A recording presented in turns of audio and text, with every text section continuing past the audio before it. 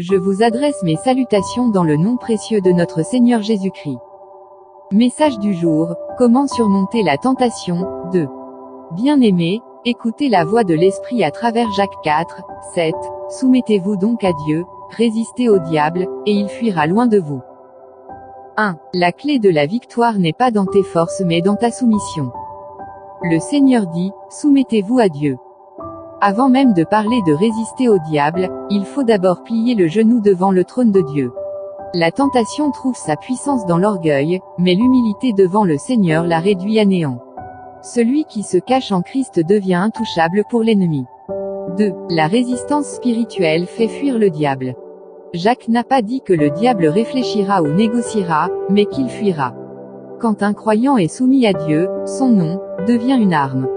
Son refus devient un tonnerre. Sa fidélité devient un feu. L'ennemi ne craint pas ton intelligence, il craint ta soumission au Dieu vivant. 3. Entrez dans l'expérience de cette parole.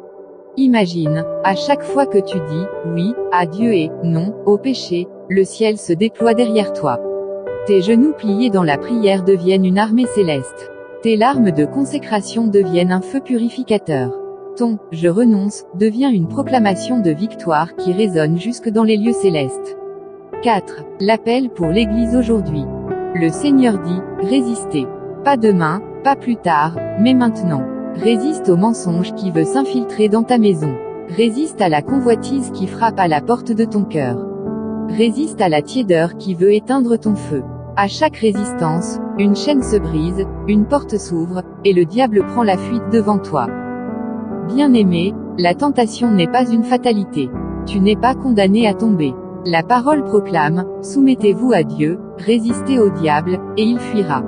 Alors aujourd'hui, choisis la soumission, choisis la résistance, et tu verras l'ennemi battre en retraite devant la gloire de Dieu qui t'enveloppe.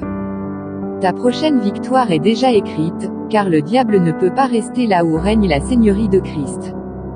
Que cette journée soit marquée par la paix, la force, et la main puissante de notre Seigneur Jésus-Christ. Prophète Mamadou Sekongo.